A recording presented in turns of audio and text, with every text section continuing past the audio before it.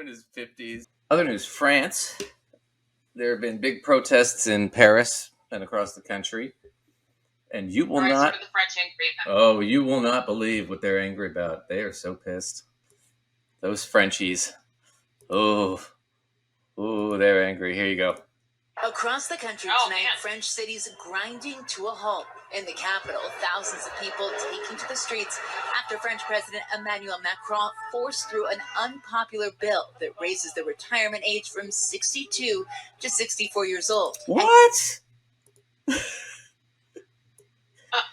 Take note, Americans. Take note. This is how you get early retirement. You gotta protest. The French are not going to sit around and take it. So, and they're complaining because they just raised the retirement age, the pension age, their Social Security, their version of Social Security. They raised it from 62 to 64 years old. It's 67 in this country. They're like, we'll take 64. We want 64. I'll take 64. Give me 64. Man, it's 67 in the United States. And then you have the Republicans trying to cut Social Security and Medicare. And they want to, part of what their early plan is they want to turn it into 70 years old. And I don't see people in the streets yet. Where's the AARP? The hell are they? Well, seriously, and you know what? Today's retirees were protesters back in the day, so why are they not getting ticked off and hitting the street, you know? Exactly. Well, the way they do it in this country is like, okay, we're going to raise the age, but only on people under the age of like 55, so we don't get the older people protesting, because you're not going to lose your Social Security, just your children and your grandchildren. And for some reason, 30% of the populace doesn't give a shit. And they're like, oh, they don't work hard enough anyway. But yeah, so then that's... for all the people who just buy into the belief that, well, it's not going to be around when I get there anyway, so why bother? Like, you realize you're feeding into the problems, right? Right. And the bottom line is that if you got rid of it in this country, it would be devastating. I mean, 61 million people depend on Social Security.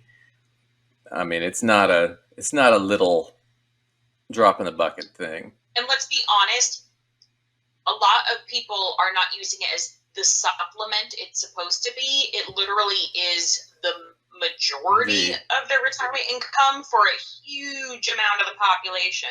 But that's not so much by choice as just they're poor. They don't have any other option. I didn't say it was. Oh no, I'm just sticking a pin in that. But you think about it from like, this is what conservatives are worried about. This is what's happening in France. Right? Is this idea that, once we give it to them, they're going to expect it, and then we'll never be able to take it away. Right?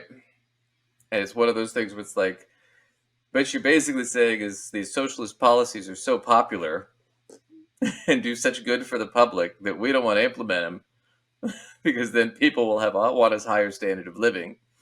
And then we might be expected to, actually do our jobs. Oh my God. Yep. They're like, Americans, take note. I'm going to say it again. Take note, Americans. You got to demand it. If you don't demand it, you're not going to get it. Anyway. You have to be very clear about what they want and expect from their government. Absolutely. And they shut down their cities. They shut down trash. They shut down everything. People just stopped working.